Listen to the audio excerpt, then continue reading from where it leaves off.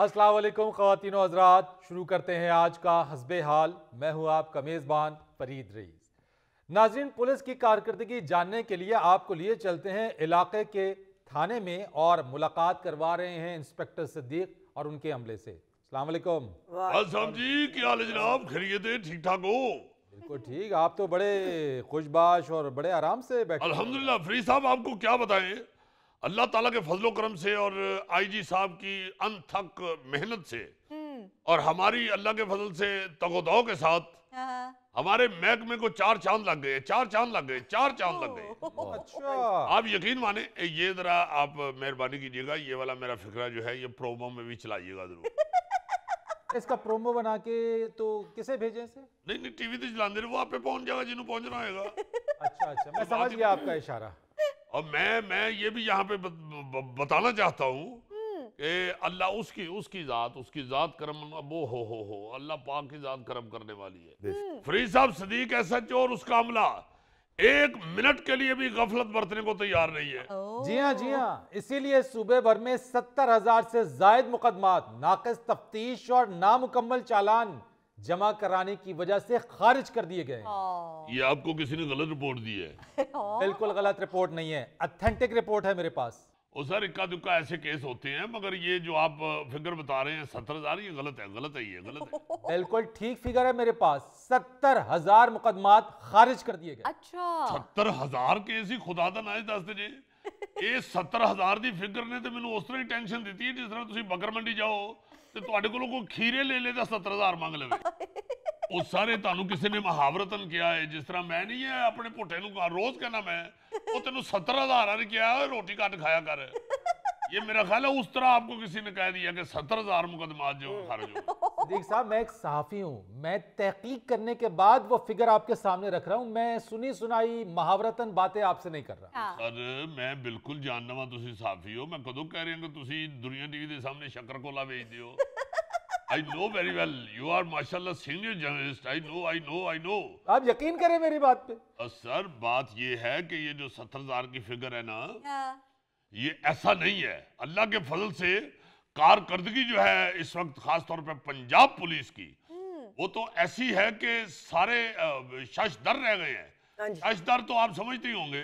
जी, शशदर हैरान रह गए। और हैरान हम इस बात पर भी रह गए कि आपकी नामुकम्मल तफ्तीश, नाक़िस तफ्तीश, आपकी सुस्ती काहली की वजह से ये मुकदमात खारिज।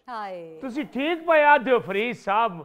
मैं जो थानू दसना चाहना ना, ओ काका इसलिए तू एसएचओ दी तहवील च एसएचओ दी इजाजत के बगैर नहीं बोलना।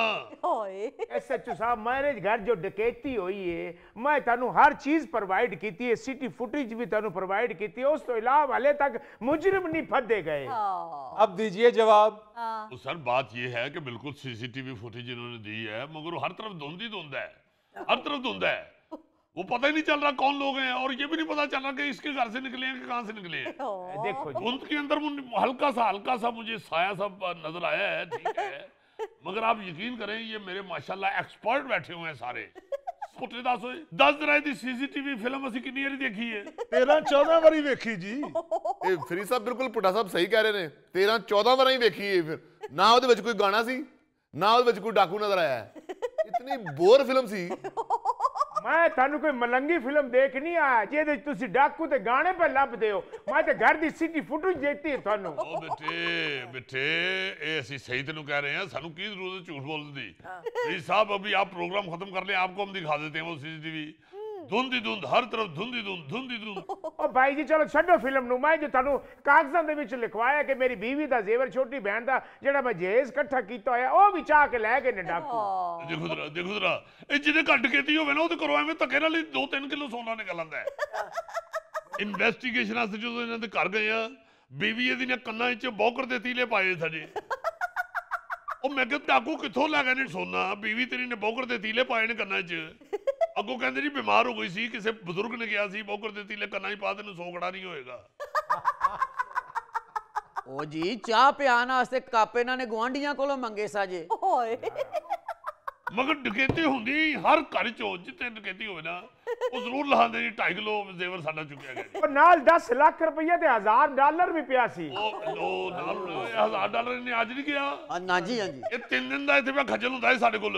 $1000 ਵਾਲੀ ਤੁਹਾਡੇ ਸਾਹਮਣੇ ਵੀ $1000 ਪਹਿਲੇ 10 ਲੱਖ, ਮੈਨੂੰ ਤਾਂ 10 ਲੱਖ ਵਾਲਾ ਮੂੰਹ ਹੀ ਨਹੀਂ ਲੱਗ ਰਿਹਾ। पहली गल नहीं देखो फरीद साहब, मैं ठीक है एक एक्सपर्ट आदमी हाँ इस काम का, मगर मैनू भी एक साइड हल करो। ए लो इन्ना को साइड हल कर लो। तुसी खुद जरा देखो, उधर मुकारे ਇਹਦਾ ਮੂੰਹ ਹੈ 10 ਲੱਖ ਵਾਲਾ। ਦੇਖੋ ਤਰਾ ਹੈ ਇਹਦਾ ਮੂੰਹ 10 ਲੱਖ ਵਾਲਾ। ਇਹੋ ਜਿਹਾ ਮੂੰਹ ਜ਼ਿਆਦਾ ਤੋਂ ਜ਼ਿਆਦਾ ਸਵੇਰੇ 500 ਰੁਪਈਆ ਦੇ ਡੋਲ ਲੈ ਕੇ ਨਾਨ ਛੋਲੇ ਲੈਣ ਜਾਂਦਾ ਜੀ। ਭਾਈ ਜੀ ਕਰੋੜਾਂ ਦੀ ਪ੍ਰਾਪਰਟੀ ਹੈ ਮੇਰੀ, ਮੈਂ ਤੁਹਾਨੂੰ ਲੱਖਾਂ ਦਾ ਮੂੰਹ ਨਹੀਂ ਲੱਗਦਾ ਪਿਆ ਤੁਹਾਨੂੰ। ਕਰੋੜਾਪਤੀ ਬੰਦਾ ਤੂੰ, ਕਰੋੜਾਪਤੀ ਬੰਦਾ, ਮੁੱਛਾਂ ਤੂੰ ਰੇੜਾ ਚਲਾਉਣ ਵਾਲੀ ਰੱਖੇ।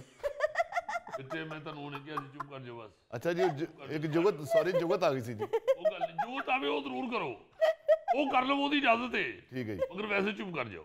ਚੁੱਪ ਕਰ ਜਾਓ ਜੀ। ਵੈਸੇ ਇਹਦੀਆਂ ਮੁੱਛਾਂ ਇੰਜ ਹੀ ਨੇ ਜਿਵੇਂ ਪੁਰਾਣੇ ਦੌਰ ਦੇ ਪਹਿਲਵਾਨ ਕੈਂਠਾ ਨਹੀਂ ਸਨ ਪਾਉਂਦੇ। ਕਮਾਲ ਕਰ ਮੇਰੇ ਲੱਖ। ਮੈਨੂੰ ਜੁਗਤ ਆਈ ਕੋ ਇੱਕ ਸਰ ਜੀ ਛੋਟੀ ਜਿਹੀ ਜੁਗਤ ਹੋ ਰਹੀ ਹੈ, ਮੈਂ ਕਰ ਰਹਾ ਜੀ ਛੋਟੀ ਜਿਹੀ ਜੁਗਤ। ਕਰ ਲਓ। ਹਾਂ ਇਹਦੀਆਂ ਮੁੱਛਾਂ ਜੀ ਬੱਚੇ ਪਿੰਗ ਪਾ ਸਕਦੇ ਇਹਦੀਆਂ ਮੁੱਛਾਂ। ਯਾਰ ਕਮਾਲ ਵੇਖ ਰਹੇ ਹੋ, ਮੇਰਾ ਲੱਖਾਂ ਦਾ ਨੁਕਸਾਨ ਹੋ ਗਿਆ, ਉਹਨਾਂ ਨੂੰ ਜੁਗਤਾਂ ਪਈ ਸੁਝਦੀਆਂ ਨੇ। ਜਨਾਬ ਹਰ ਦੂਸਰੀ ਡਕੈਤੀ ਦਾ ਜਿਹੜਾ ਮੁੱਦਈ ਹੈ ਨਾ, ਉਹ ਲਾਜ਼ਮਨ ਵਿੱਚ ਜ਼ੇਵਰ ਵੀ ਔਰ ਡਾਲਰ ਵੀ ਔਰ ਪਾਉਂਡ ਵੀ ਪਾ ਲੈਂਦਾ ਹੈ।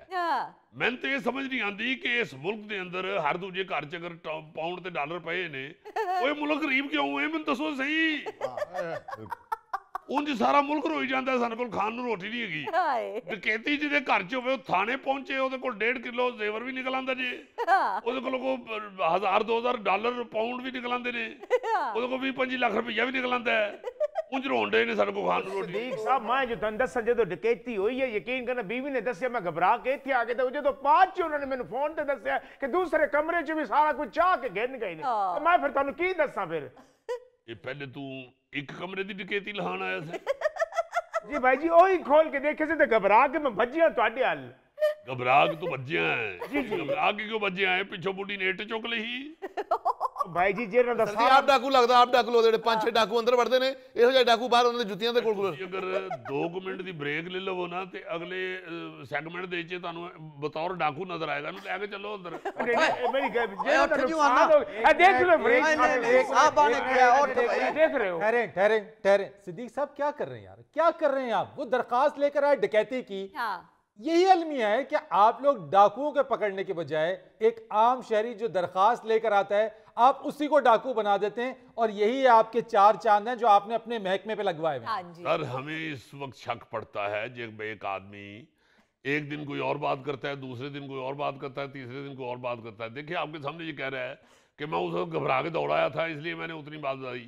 अब मेरी बीवी ने पीछे से फोन करके बताया दूजे कमरे 'ਚ ਵੀ ਚੀਜ਼ਾਂ ਚੁੱਕੀਆਂ ਗਈਆਂ। ਤੁਸੀਂ ਇੱਕ ਦਿਨ ਸ਼ੋਅ ਹੋਰ ਵਧਾ ਲਵੋ, ਇਹ ਜੀ ਅਗਲੇ ਦਿਨ ਤੀਜੇ ਕਮਰੇ ਦੀਆਂ ਵੀ ਚੀਜ਼ਾਂ ਨਾ ਲਹਾਏਗਾ ਤੇ ਮੈਨੂੰ ਜੁੱਤੀਆਂ ਮਾਰਨ ਫੜ ਗਏ। या तो डाकू पकड़े ना, आम शहरी को क्यों तंग करते हैं आप लोग? ਜਿਹੜੇ ਮੁਜਰਮ ਇਹਨਾਂ ਨੇ ਫੱਦੇ ਸੰਜੀ, ਉਹਨਾਂ ਨੂੰ ਛੱਡ ਦਿੱਤਾ ਇਹਨਾਂ ਨੇ। ਹੌਲੀ ਓਏ, ਸਭ ਆ ਕੇ ਉੱਚੀ ਕੂਨਾ ਹੈ। ਸਾਨੂੰ 10 ਲੱਖ ਹਜ਼ਾਰ ਡਾਲਰ ਆਪ ਹੈ ਬਾਊ ਜੀ ਵਿਆਹਾਂ ਤੇ ਹਾਰ ਤੋੜਦਾ ਜੀ।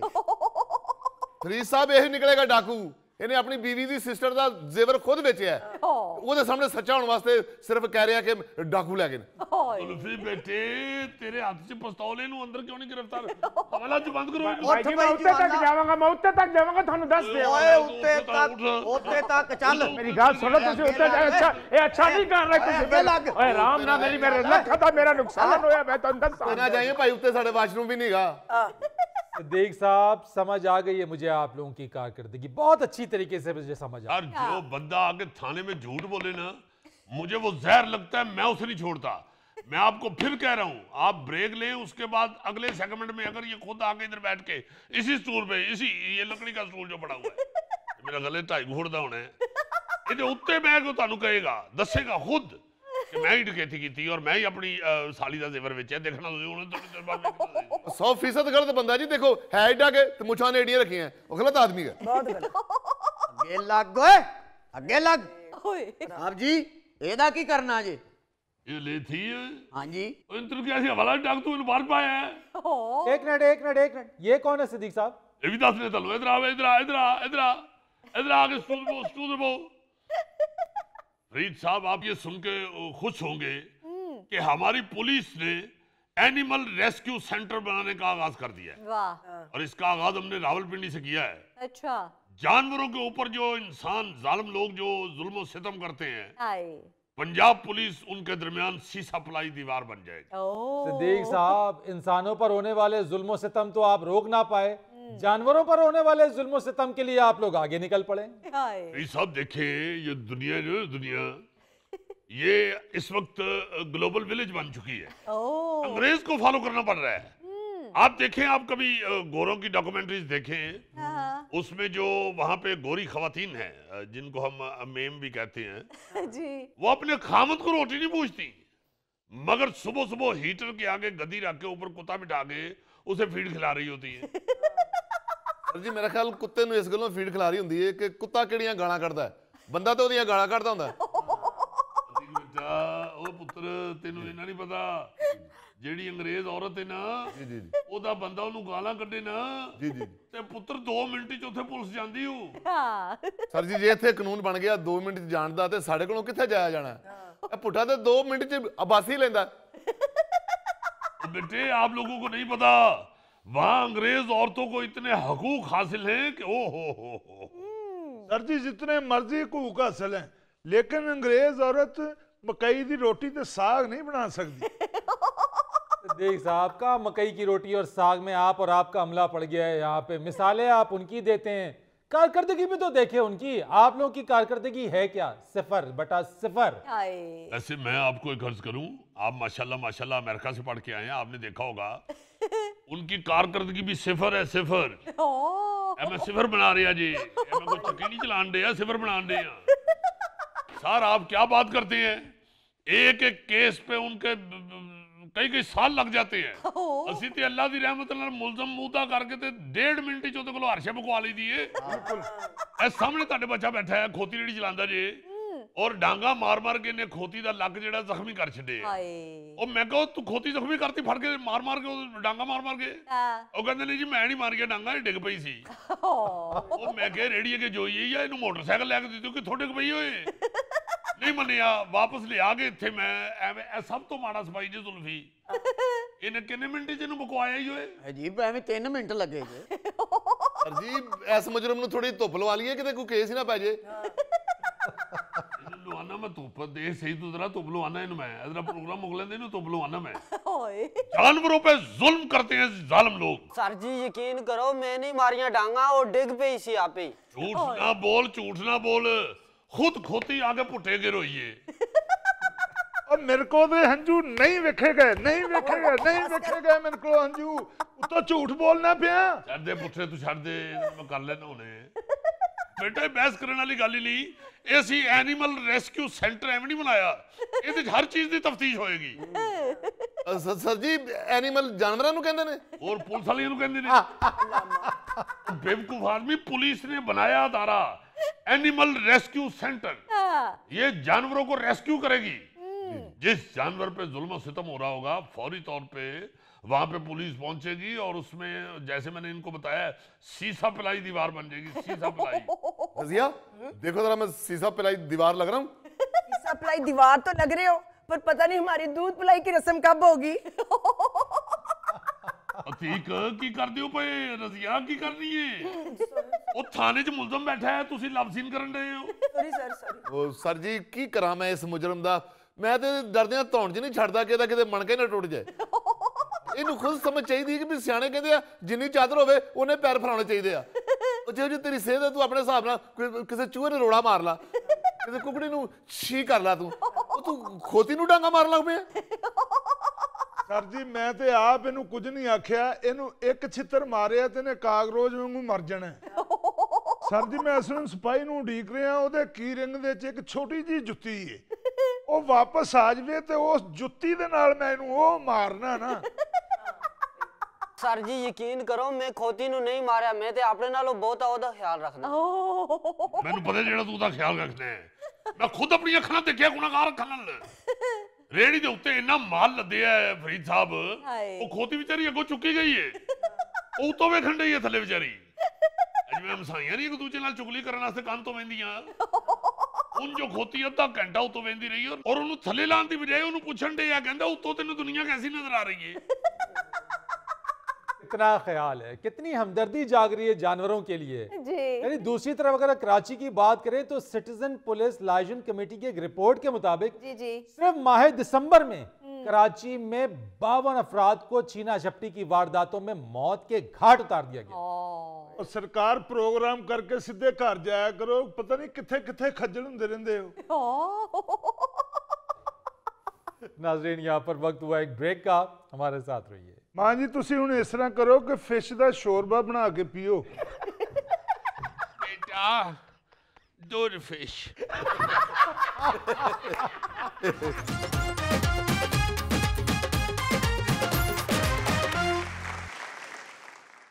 जी क्या हो गया आपको, तबीयत कैसे खराब कर लिया आपने अपनी? बस बेटे ठंड लग गई है, वो नाक बंद हो गई है ठंड से। फिर भाप ली है मैंने। बेटे ने मुझे फोन पे बताया मां जी भाप ले।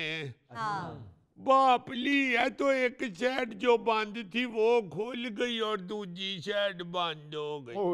फिर भाप ली है तो वो साइड खुल गई तो दूसरी बंद हो गई। नाक तो मेरा रेलवे फाटक ही बन गया है। पता नहीं एक साइड को कैसे पता चल जाता है कि दूसरी खुल गई है, अब मैं बंद हो जाऊं। ठंड की वजह से अब बहुत तबीयत खराब हो जाती है। अल्लाह आपको तंदुरुस्ती दे। एक्चुअली यहाँ लोगों को पता ही नहीं कि सर्दी को कैसे फेस करना है। मैं जब इंग्लैंड जाता हूँ वो बड़ा नहीं देंदे उन्हें। माँ जी मैं इंग्लैंड जाता आता रहता हूँ। ये अभी मैं पिछले दिनों जब इंग्लैंड गया, गलती नालों मुल्तान ला गए। ओ भाई मुल्तान ये जहाज वालों की गलती है, मेरी गलती नहीं है। कैसा तुम्हारा छोटे जहाज की चुंझ जैसा मुंह है। मैं अम्मा जी को बता रहा हूँ कि मैं जब लंदन जाता हूँ चस्टर मैं पहन लेता हूँ, गर्म चस्टर, और कान लपेट के मैं एयरपोर्ट से निकलता हूँ। असल में इमिग्रेशन वाले कह देते हैं किसी को पता ना चले, कान लपेटते निकल जा। ओ भाई सूरज म्यानी को नारायण का गान समझने वाले, आपको क्या पता कि लंदन क्या है और बाहर की दुनिया क्या है। यार आप लोगों को अपने हंसी मजाक की पड़ी हुई है और वहाँ माँ जी की तबीयत खराब है। नहीं पुत्रे हाथ साथ भी सुनने ही चाहिए। जानदा ही होना है लंदन दुनिया के बड़े बड़े अजीब वाक़े होंगे। क्यों नहीं। अब इधर जो बुजुर्ग हैं उनको भी चाहिए ना ठंड में अपने आप को लपेट के बाहर निकले। बिल्कुल।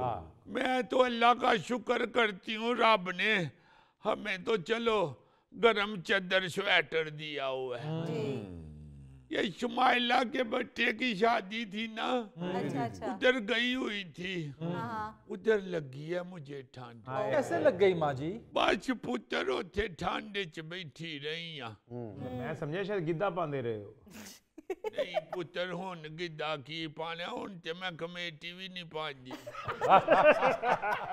भुल जानी आ कि नवी देती अजी खाने पीने में कुछ बदएहतियाती की होगी आपने? ठंड पुत्र बड़ी सी, उतो दिल कीता ते थोड़ा जिहा फलूदा ठंडा खा लिया, उथे ही ठंड लगी। ओहो माँ जी इस उम्र में आप ठंडा फलूदा क्यों खाती हैं?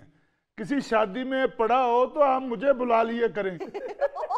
माँ जी इनू बुला लिया करो, एक फलूदे का प्याला खा के ते ब्याह दियां सारियां कुर्सियां कट्ठियां कर आएगा। जे 2 प्याले खवाते थे कनोपी भी लपेट आएगा। पुत्र ठंड इन्नी सी ते मैं पई हैरान हुंदी सा। उधर जो मेहमान आए हुए थे वो खवातीन साथ अपनी काम वाली मेड को भी लेके आती हैं। वो बेचारी मासियां जो साथ आई होती हैं वो ठंड में कांप रही होती। सही कहा आपने। उन्होंने अपने मालकों के बच्चे उठाए होते हैं। मैं सोच रही थी कि चलो हमें तो रब ने स्वेटर कपड़े गरम दिए हुए हैं, इन गरीबों बेचारियों का क्या कसूर है। ये जिनके यहाँ काम करती हैं वो ये भूल ही जाते हैं कि इनके अंदर भी जान है। सही बात है। ये भी जिंदा इंसान है, अगर हमें ठंड लगती है तो इनको भी लग सकती है। ਉਹ ਆਪਣੇ ਫੈਸ਼ਨ ਘਰ ਕੁੜ ਕੇ ਤੇ ਫਿਰਨ ਡਈਆਂ ਹੁੰਦੀਆਂ ਨੇ ਮੁੰਡਾ ਉਹਨਾਂ ਨੇ ਮੇਡ ਨੂੰ ਚੁਕਾਇਆ ਹੁੰਦਾ ਉਹ ਮੁੰਡਾ ਕਦੀ ਉਧਰ ਨੂੰ ਨਾਸ਼ ਤੇ ਕਦੀ ਉਧਰ ਨੂੰ ਨਾਸ਼ ਉਹ ਵਿਚਾਰੀ ਮਗਰ ਮਗਰ ਹੀ ਭੱਜੀ ਫੇਰਦੀ ਹੈ ਉਹਨਾਂ ਨੂੰ ਵੀ ਠੰਡ लग जाती होनी है। जी बिल्कुल अम्मा। एक दूसरे का ख्याल करना ही खत्म हो गया हुआ है। सही कह रही है माँ जी। मुझे अच्छी तरह याद है हमारे घर में एक मासी काम करती थी। उसके घर अल्लाह ने जब भी बच्चा दिया मेरी माँ को उसका वक्त पड़ा होता था। मेरी माँ कहती थी कि उसके बच्चा होने वाला है, उसको गर्म कपड़े दे के आऊं, खाने पीने की चीजों तक उसको पहुंचाती थी। वाह जी वाह। इतना ख्याल करती थी जितना अब अपनी बेटियों का नहीं लोग करते। सही। मगर अब तो नौकरों को बिल्कुल ही लकड़ लोहे की चीज समझते हैं लोग। बस इसी तरह ही माँ जी आजकल मेरी तरफ देखें 4 मुलाजिम है मेरे पास, चार ही उबले अंडे बेचते ने रात ਨੂੰ ਸਾਰੇ ਹੀ ਵਾਪਸ ਆ ਕੇ अपना अपना कूलर रख के ते साहब ਨੂੰ ਹਿਸਾਬ ਦੇ ਰਹੇ ਹੁੰਦੇ ਨੇ। और जाहिलो मैं माँ जी को बता रहा हूँ कि मेरे 4 मुलाजिम हैं और जहाँ मैं हीटर लगा के बैठा होता हूँ वहीं वो चारों मेरे साथ बैठे होते हैं और पता ही नहीं चलता मुलाजिम कौन है और मालिक कौन है। भाई कोई हद होती है, बड़े नॉनसेंस लोग हैं। क्यों नहीं पता चलता मालिक कौन है नौकर कौन है? चेहरे की चमक बता रही होती है कि मालिक कौन है। आखिर नौकर हमारा चेहरा ही तो देखते और नौकर चेहरा वेख के ते मालक नु तनखा माफ कर दे दे। गाली शुगले ना पा लिया करो। उत्तर बात ये है कि नौकर हो या कोई रिश्तेदार या मिलने गिलने वाला माड़े का भी ख्याल करना चाहिए। ब्याह ते जांदियां ने ते अपने सुर्खी पाउडर च लगियां हुंदियां ने, अपने एक कपड़ियां दियां एक दूजे दियां तरीफां करन डईयां हुंदियां ने। ते काम वाली बेचारी पना ठंड नाल मरन डई हुंदी। बस माँ जी मुलाजिम को तनख्वाह दे के ये समझ लिया जाता है कि फर्ज पूरा हो गया, एहसास नहीं है उनके लिए। पुत्र बस एहसास उन होली होली हर बंदे चो हर थां ते मुक गया है। बिल्कुल। पहले मैं आपको बता रही हूँ ना, लोग बड़ा ख्याल करते थे। सही। हमारे बुजुर्ग इसी चीजों का बड़ा ख्याल करते थे। हालांकि वो भी कोई लाखपति नहीं सन। सही बात। सादे लोग सन, सफेद पोश जी। मगर जो साथ कोई मुलाजम होता या कोई काम करने वाली, हाँ जी, उसका अपने बच्चों की तरह ख्याल करते। असल गल ही है जे माँ जी, हर जानदार दा ख्याल करना चाहिए। मैं एक बकरी रखी जे, मैं उन्होंने भी स्वेटर पवाना। तू तो इसलिए पवाना ना कि तेरा स्वेटर उन्होंने पूरा आ जाता बकरी। और साहब तुसी अपने लंदन च रहो तो मैनू मेरी बकरी को रहन दे। यार मैं तो ये देख के बड़ा रंजीदा होता हूँ कि लोगों ने गाड़ी में अपने खुद हीटर लगाए हुए होते हैं अपने और अपनी फैमिली के लिए। हाँ जी। और गाड़ी के पीछे जो उनके मुलाजिम होते हैं डालों में जो पीछे बैठ के आ रहे होते हैं ओपन खुले, वो सर्दी में ठिठर रहे होते हैं। तरस आ रहा होता है उन्हें देख के कि यार वो खुले इस तरह की ठंडी हवा में वो पीछे पीछे आ रहे होते हैं। हाँ जी। और मालकान जो है वो आगे गाड़ी में हीटर के मजे ले रहे होते हैं। हाय हाय। उन्होंने कहो जे तो कहते ने कि जी ਤੁਹਾਨੂੰ ਲੱਗਦਾ ਉਹ ਤੇ ਪਿੱਛੇ ਬੈਠੇ ਝੂਟੇ ਦਾ ਮਜ਼ਾ ਲੈਣ ਡਿਆ। ਮੋਇਆ ਮਰ ਗਿਆ ਝੂਟਾ ਪਿੱਛੇ ਗਾਡਾਂ ਦੀਆਂ ਕੁਲਫੀਆਂ ਬਣ ਜਾਂਦੀਆਂ ਨੇ। ਐਡਾ ਛਾਓ ਕਿ ਤੁਹਾਨੂੰ ਨਾਲ ਮੁਲਾਜ਼ਮਾਂ ਦੀ ਗੱਡੀ ਟੋਰਨ ਦਾ ਤੇ ਬੰਦ ਗੱਡੀ ਲਵੋ। ਬਿਲਕੁਲ। ਸਰਦੀਆਂ ਚ ਉਹਨਾਂ ਵਿਚਾਰਿਆਂ ਨੂੰ ਠੰਡ ਚ ਮਰਨੇ ਪਾਇਆ ਹੁੰਦਾ ਨੇ। सही अम्मा।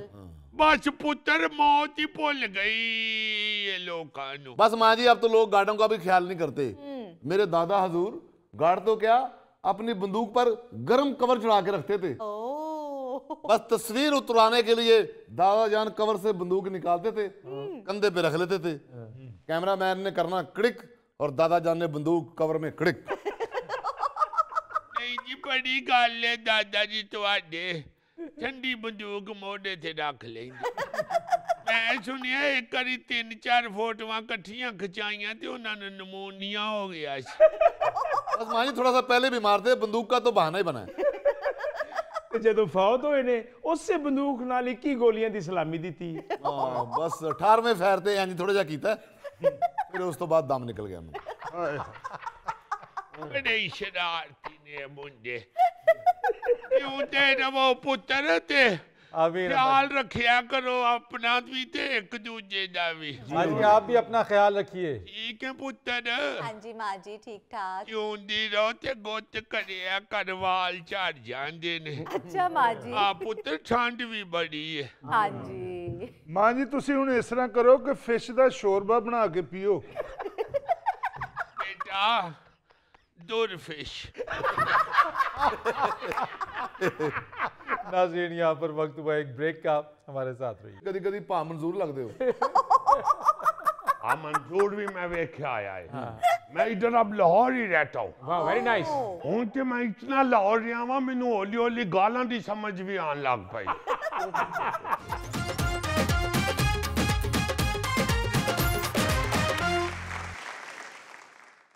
मिस्टर मार्क तुम टूरिस्ट हो या लाहौरी हो?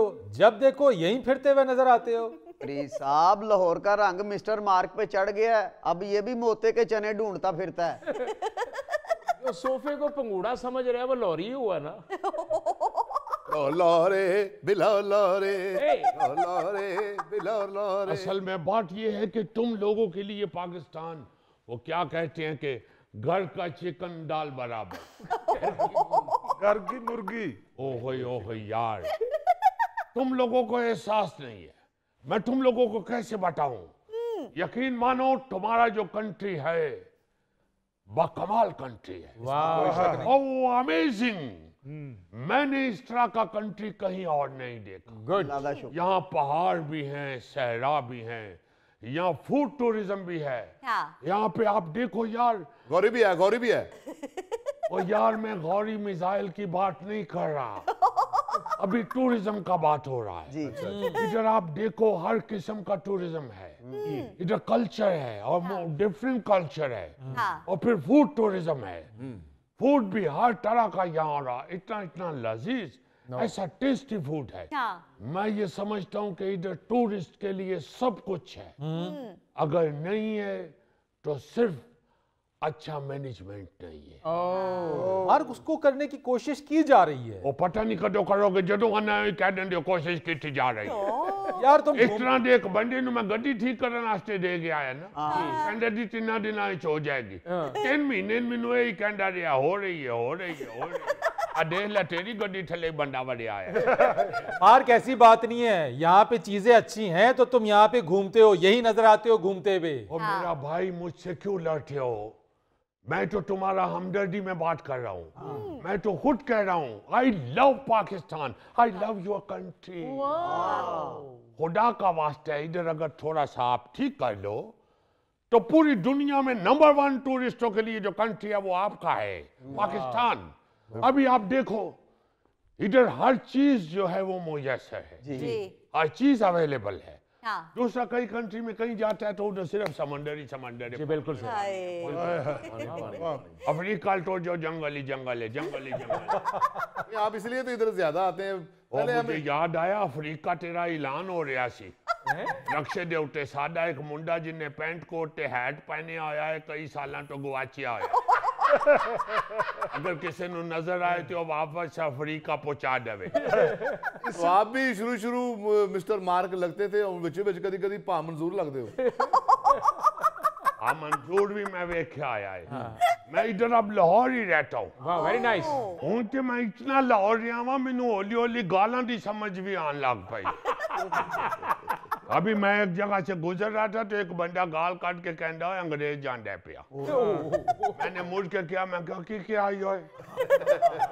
तो डर के दौड़ गए। वैसे मार्क लोगों को अंदाजा नहीं है ना कि तुम यहाँ की जबान भी समझ गए हो, यहाँ के कल्चर को समझ गए हो, यहाँ के टूरिज्म के स्पॉट्स को समझ गए हो, बल्कि बहुत सारे ऐसे सयाती मकामात हैं जो तुमने डिस्कवर भी किए हैं। Oh my God, what a beautiful spots. वाह। मैं यही कहना चाहता हूँ कि तुम लोग भी इस बात को समझो कि इस वक्त दुनिया के ऊपर जो नंबर 1 बिजनेस है वो टूरिज्म है। अब हर कंट्री टूरिस्ट के लिए फैसिलिटीज मुहैया कर रहा है। हाँ। अपने टूरिस्ट को फैसिलिटेट कर रहा है। जितना आप टूरिस्ट को फैसिलिटेट करेंगे टूरिस्ट इधर आएगा। आप देखो दुबई ने की कीता है, वैसे की कीता है दुबई ने, ਪਤਾ ਨਹੀਂ ਨਾ ਕੀ ਕੀਤਾ ਸਾਡੀ ਤੇ ਉਹਨਾਂ ਨਾਲ ਬੋਲਚਾਲ ਕੋਈ ਨਹੀਂ, ਤੁਸੀਂ ਦੱਸੋ ਕੀ ਕੀਤਾ। यार हैरान कर देता है, हैरान कर देता है। इतना को कंट्री है, पूरी दुनिया से लोग उठे आके रहते हैं। जी बिल्कुल।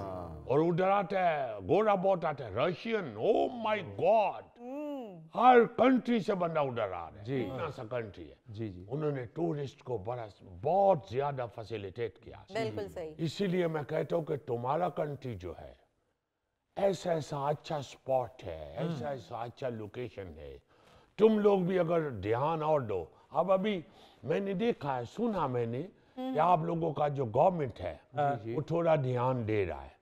मगर आप देखो अभी इंडिया के अंदर जी तुमने वो देखा, वो वायरल हुआ है उसका तस्वीर जो वो जो नरेंद्र मोदी का हुआ है। बिल्कुल मैंने देखा है, लक्षद्वीप जो साहिल है वहां का, नरेंद्र मोदी वहां पे गया है, वहां पे उसने स्विमिंग की है, वहां पे लाइफ जैकेट पहना है, तस्वीरें खिंचाई हैं, सिर्फ इस वजह से ताकि अपने जो टूरिज्म के स्पॉट्स हैं उनकी अहमियत को उजागर किया जाए। लेकिन तुम्हारी बात दुरुस्त है मार्ग, यहाँ पे सुन रहे हो जी सुन रहे हैं। जो इंडिया का प्राइम मिनिस्टर है मच्छिंदर मोदी, नरेंद्र मोदी यार, नरेंद्र मोदी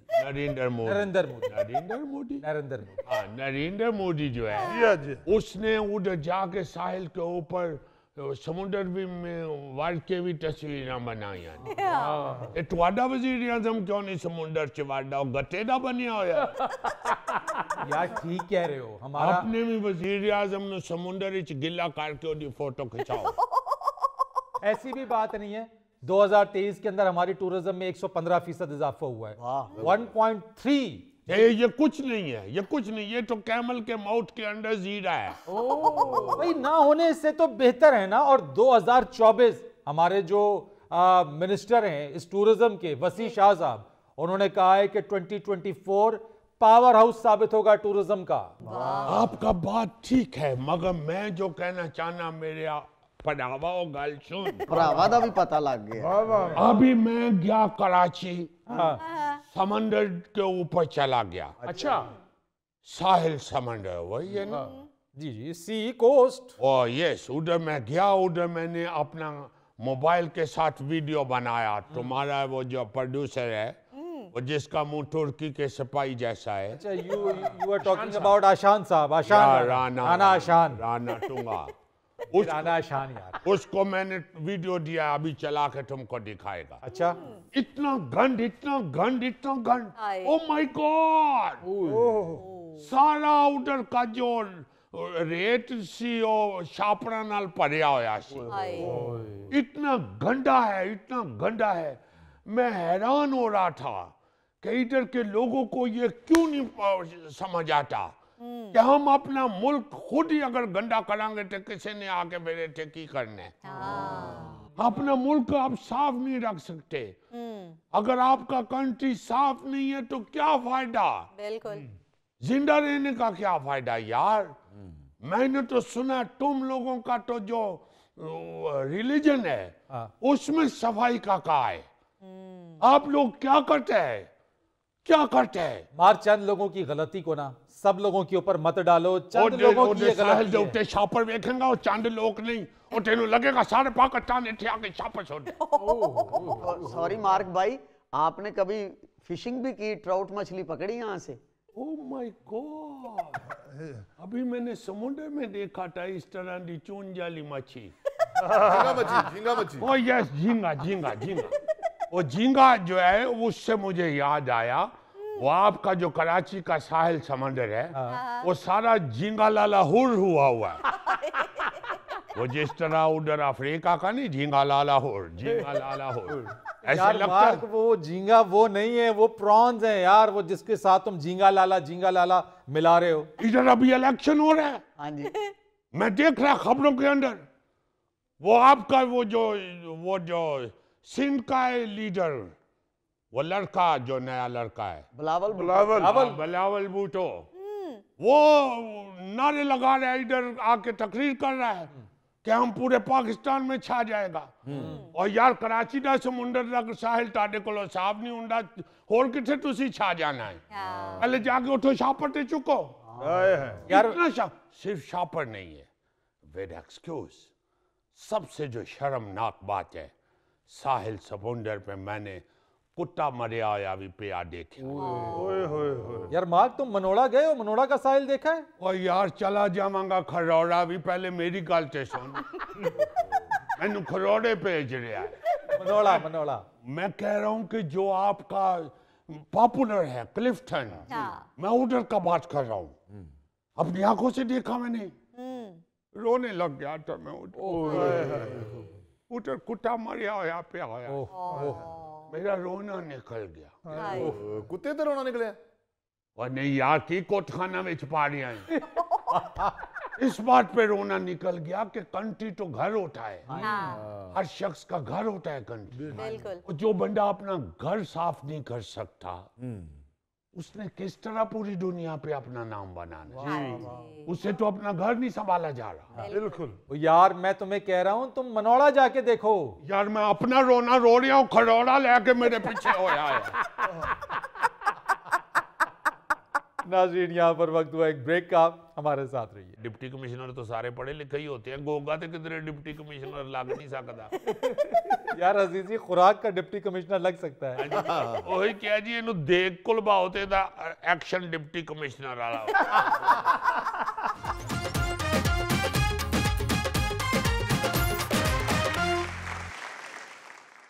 अच्छा जी, फरीद सियाना साहब। यार तुम्हें इतने दिनों में भी फरीद रईस याद नहीं हुआ? फरीद रईस तो आपका नाम है ना, फरीद के आगे सियाना आपका डेजिग्नेशन। यार मैंने कहीं पढ़ा था कि लंदन को पुरकशिश शहर कहने की एक वजह यह भी है कि वहां पे 329 लाइब्रेरियां मौजूद हैं। जी बिल्कुल ठीक कह रहे हो। आज भी दुनिया के किसी शहर को ये एजाज हासिल नहीं है कि इतनी बड़ी तादाद में लाइब्रेरियां किसी शहर के पास हों जी। और पूरे बर्तानिया में अगर बात की जाए तो 3667 लाइब्रेरियां हैं और छोटी मोटी प्राइवेट लाइब्रेरियां इसके अलावा हैं। तो फरीद साहब क्या इन लाइब्रेरी में जाके कोई बंदा भी पढ़ सकता है? हाँ, जिसको पढ़ना आता है ना जी वो जाके पढ़ सकता है। मैं लाइब्रेरी तो पढ़ लेता हूँ कि लाइब्रेरी किताब भी खोल लो, उसमें शायद तुम्हें तस्वीरें ही दिलचस्प लगे। अच्छा यार मेरी भी बात सुन लो ना जरा यार, गौरी और अजीजी यार ये सुनो तो सही। अमेरिका की अगर बात करें तो 2020 तक वहां पब्लिक लाइब्रेरीज की तादाद 17,450 थी। और अगर हमारे पड़ोसी मुल्क भारत की बात की जाए तो 14,963 पब्लिक लाइब्रेरियां हैं भारत में। अच्छा। और अगर पाकिस्तान की बात की जाए तो रोना ही निकल जाता है। बिल्कुल सही, बिल्कुल सही। यानी पूरे पाकिस्तान में सिर्फ 307 लाइब्रेरियां। और हमारा जो कैपिटल है इस्लामाबाद, जहाँ पे बड़े पढ़े लिखे और बड़े बड़े बड़े लोग रहते हैं, उधर सिर्फ 10 लाइब्रेरियां। और उधर लाइब्रेरियन जाके देखो ना जी, एक लाइब्रेरियन बैठा होता है जी, एक को चाह ले आके देने वाला मुंडा बैठा होता है, एक को पिंडों दोस्त आया बैठा होता है। यार अजीजी तुमने इस्लामाबाद की बात की है तो वहां पे स्ट्रीट लाइब्रेरी का भी एक प्रोजेक्ट शुरू किया गया था जी, कि वहां पे सड़क किनारे एक छोटी सी जगह उसको लाइब्रेरी की शक्ल देके वहां पे किताबें रखी गई थी। अच्छा। लेकिन अफसोस का मकाम ये है कि वहां मैंने आज तक किसी एक शख्स को भी किताब पढ़ते हुए नहीं देखा। अब बस ये बड़ी ही बदकिस्मती है, ये बड़ी ही बदकिस्मती है कि हम जो असल है उसको भूलते जा रहे हैं। असल यही है, असल यही है कि किताब दोस्त लोग ही एक खूबसूरत कौम बनते हैं। वाह वाह, इसमें कोई शक नहीं है। मगर आज एक मैंने मैसेज पढ़ा है, बात इसलिए मैंने शुरू की है, मैसेज सुना जी। हाँ। मेरे बड़े भाई हैं प्रोफेसर औरंगजेब साहब, उन्होंने मुझे एक मैसेज भेजा जी। ये देखो यार ये क्या मैसेज है। वो मैसेज किसी की आवाज में था और वो आवाज थी इस वक्त के जो ज़ियारत शहर के डिप्टी कमिश्नर साहब हैं। अच्छा। फिर मैंने पता शता किया, उन्होंने उस मैसेज में अपना नाम तारफ नहीं कराया हुआ, उनका नाम हमूदुर रहमान है। अच्छा। वो हमूदुर रहमान साहब जो हैं वो इस वक्त ज़ियारत शहर के डिप्टी कमिश्नर हैं, जिसे सिटी ऑफ कायदे आज़म भी कहा जाता है। यार ज़ियारत रेजिडेंसी। जी जी जी जी, चूँकि कायदे आज़म साहब ने अपनी ज़िंदगी के आखिरी अय्याम उस शहर में गुजारे हुए हैं और उनकी वहाँ रिहाइश गाह भी है। वो मैसेज ये था डिप्टी कमिश्नर साहब की तरफ से, उन्होंने अपने अमले से पूछा कि यार यहाँ पे लाइब्रेरी है? मैंने कहा जी कोई नहीं। उन्हें बंदियां ने क्या हजूर इतने सिर्फ छोटा गोश्त मिल जाए, बड़ा गोश्त मिल जाए, यानी सारी कौम सिर्फ छोटे गोश्त बड़े गोश्त ही लगी, बड़ी सोच नहीं बना रहे। वो बड़े हैरान हुए, कहते हैं लाइब्रेरी कोई नहीं? कहते जी थी, ये जहां आप बैठे हुए हैं ना ये लाइब्रेरी होती थी कभी, अब ये डिप्टी कमिश्नर ऑफिस बना दिया गया है। तो वो कहते हैं कि मुझे पता चला कि मैं लाइब्रेरी की कब्र पे बैठा हुआ। ये 2007 में ना जी डिप्टी कमिश्नर ऑफिस के लिए जगह ढूंढते ढूंढते उस वक्त की इंतजामिया ने ये लाइब्रेरी जो थी इसे डिप्टी कमिश्नर ऑफिस बना दिया। तो यहाँ से किताबें उठा के कोई सोशल वेलफेयर का दफ्तर था, उसके किसी कमरे में सारी किताबें स्टॉक कर दी, तो कीड़िया नु किया कि तुसी पढ़ लिया करो ते नाल खा भी लिया करो। बड़े वो दुखी हुए कि यार इधर लाइब्रेरी कोई नहीं है। और फिर डिप्टी कमिश्नर ऑफिस इधर बन गया हुआ है जहाँ लाइब्रेरी थी। उन्होंने फिर ठान ली कि लाइब्रेरी मैंने बनानी है। अब ये जिक्र जो है ना इसलिए किया जाता है हमारे शो के अंदर, हम कभी भी वो जिक्र नहीं करते जो सरकारी पैसे से किया जाए कोई काम। बिल्कुल, वो पब्लिक के लिए सरकारी पैसों से काम किया जाए ना जी, सरकार की जो एक इंटरेस्ट की चीज है वो तो उनकी ड्यूटी है, वो उनको करना चाहिए, भले से तो नहीं करता। ये एक तो लाइब्रेरी की अहमियत बताने के लिए बात की है, और दूसरा ये इसलिए बात की है कि वो इस सारे काम पे अब गवर्नमेंट का कोई बजट नहीं खर्च कर रहे। उन्होंने अपनी मदद आपके तहत ये काम शुरू किया है, और उन्होंने वहाँ पे कांग्रेस के वक्त का जो तहसील ऑफिस बना हुआ है ना, उधर उन्होंने वो लाइब्रेरी बनाने की ठानी है। वो चूंकि बहुत पुरानी है वो जगह भी, उसको थोड़ा बहुत वो ठीक ठाक भी कर रहे हैं। और उसके लिए उनको मुख्तलिफ लोग जो हैं वो सीमेंट और सरिया और ये वो चीजें मटीरियल दे रहे हैं। फर्नीचर भी लोग अवाम में से ही जो मुखैर हजरात हैं और जो किताब दोस्त लोग हैं वो उनकी मदद कर रहे हैं। ये बात जब उनकी सीनियर ब्यूरोक्रेसी को पता चली तो वो भी बड़े खुश हुए और उन्होंने भी उनको सराहा है।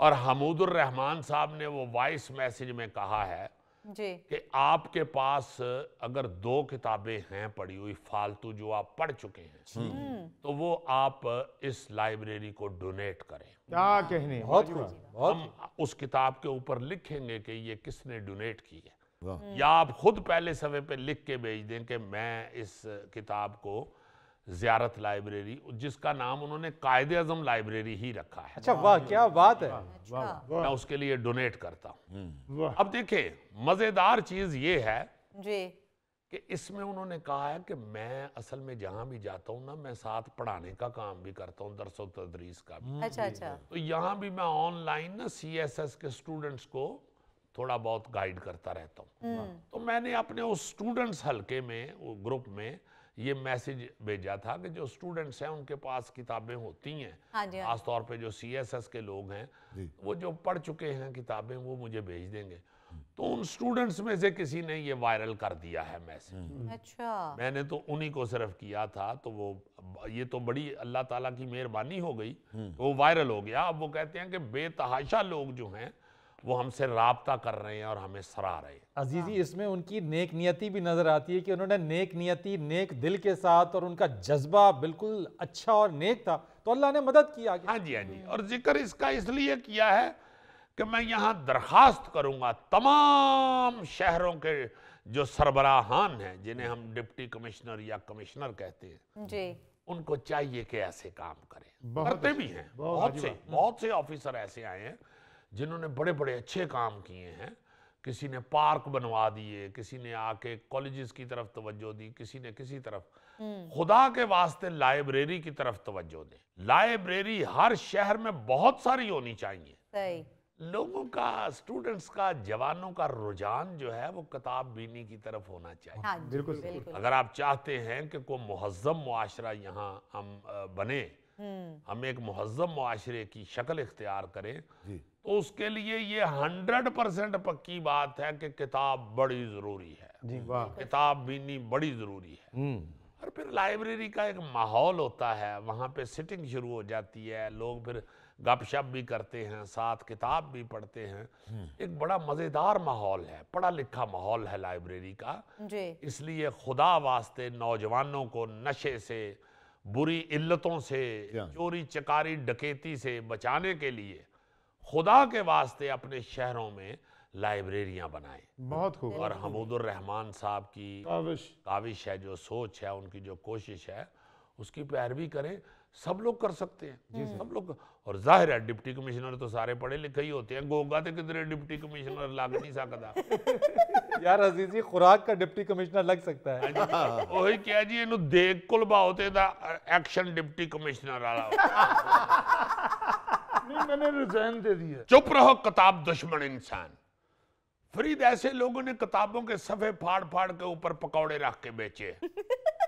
और मैं इसके साथ साथ हमूदुर रहमान साहब को सलाम पेश करता हूँ, सलूट है उनकी सोच को।